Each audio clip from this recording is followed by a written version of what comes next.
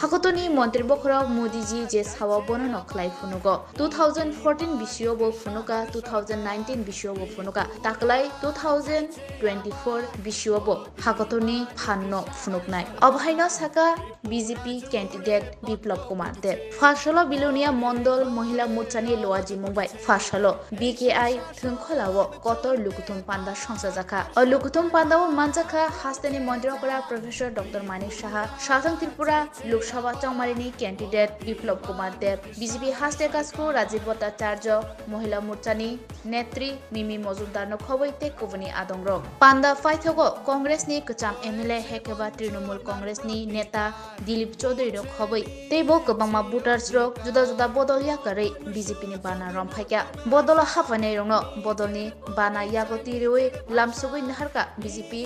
सालथां Tripura Lok Sabha चौमारिनि candidate Biplab Kumar Deb তে হাস্তে মন্ত্রীরা professor doctor Manik Saha খবই হাস্তে BJP কাজকু Rajib Bhattacharya বছর টানা সরকার তার আগে 10 বছরের সরকার আর এই তো কুল মিলিয়ে 35 বছরের সরকার ছিল কমিউনিস্টরা এরা মহিলাদের জন্য কি করেছে ত্রিপুরাতে কমিউনিস্টের জিতেন বাবু বলুন তো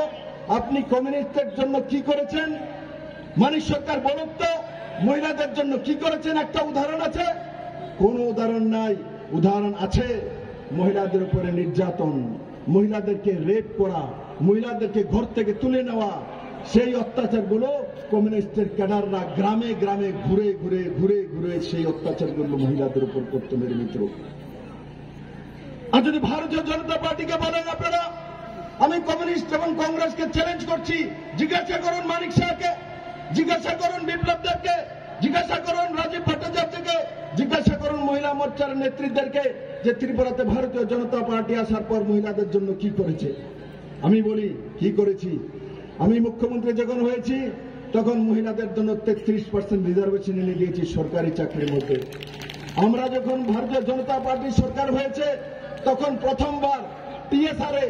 মহিলা ব্যাটালিয়ন নেওয়া হয়েছে আমরা যখন সরকার করেছি আমরা চাকরির মধ্যে হোম ডিপার্টমেন্টে প্রথম 10% রিজার্ভেশন মহিলাদের জন্য করেছি আমরা যখন সরকারে এসেছি সেলফ হেল্প গ্রুপ 6000 ছিল কমিউনিস্টের সময় আমরা প্রায় 60,000 সেলফ হেল্প গ্রুপ তৈরি করেছি তার মধ্যে लगभग 5 লাখের উপর মহিলা রোজগার করে আমরা যখন সরকারে এসেছি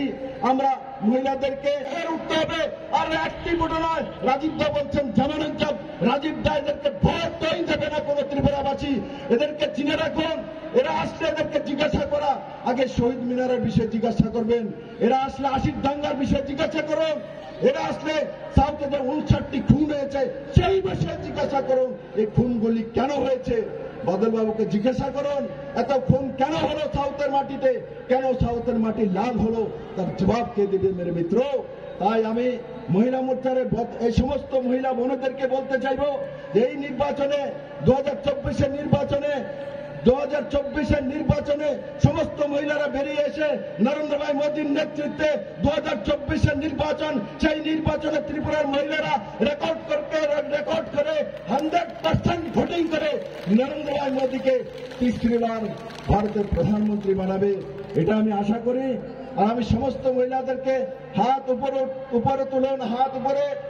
বাজেয়াপ্ত করে আমরা বিপ্লবটাকে ওই নরেন্দ্র মোদীজির হাতকে শক্তিশালী করার জন্য পাঠাবো সেই সংকল্প আজকের এই সভা থেকে নিতে হবে বন্ধুগণ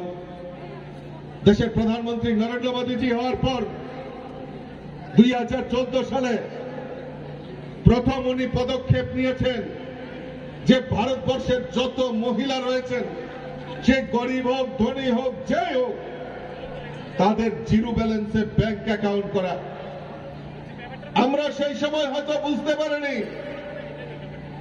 কিন্তু আজকের এই 10 বছরের পর আমরা বুঝতে পারছি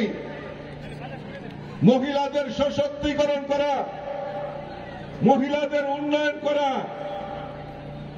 মহিলাদের আত্মনির্ভর করার জন্য আমাদের দেশের প্রধানমন্ত্রী সেদিন মহিলাদের নামে জিরো ব্যালেন্সে ব্যাংক অ্যাকাউন্ট করার পরিকল্পনা করেছেন